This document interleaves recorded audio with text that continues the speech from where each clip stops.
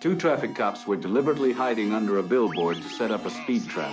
Watching the pickup truck approaching in the distance, the older officer quickly increased the sensitivity of the speed gun. But even so, when the pickup roared past, the radar only showed 97 miles per hour, not speeding. I was driving my pickup truck on the highway when suddenly a police car appeared in my rearview mirror with its siren blaring. They were chasing me. My hand instinctively reached for the knife on the passenger seat, thinking about whether I should lose them. But in the end, I chose to pull over, not wanting to make things worse. I quickly rolled down my window, ready to greet them. But the older officer had a stern look on his face and signaled me to get out of the car. I had no choice but to do it.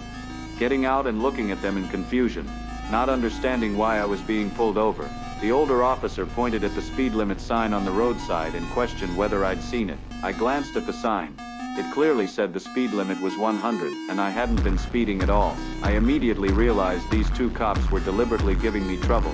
I turned to leave, but they weren't going to let me go. The younger officer started preparing to write a ticket. The older officer reached out and asked for my license. Even though I was furious inside, I had no choice but to cooperate under the pressure from the cops.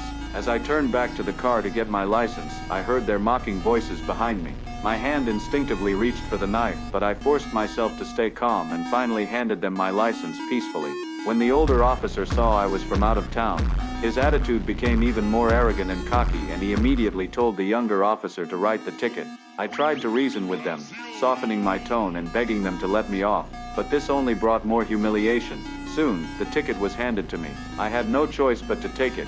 As I left, the young officer gave me a mocking stare, and all I could do was give him a helpless smile. As the two officers' smug figures gradually faded away, it wasn't until they completely disappeared from view that the smile on my face vanished and my eyes turned cold. They didn't know who I was or what kind of person they'd just messed with.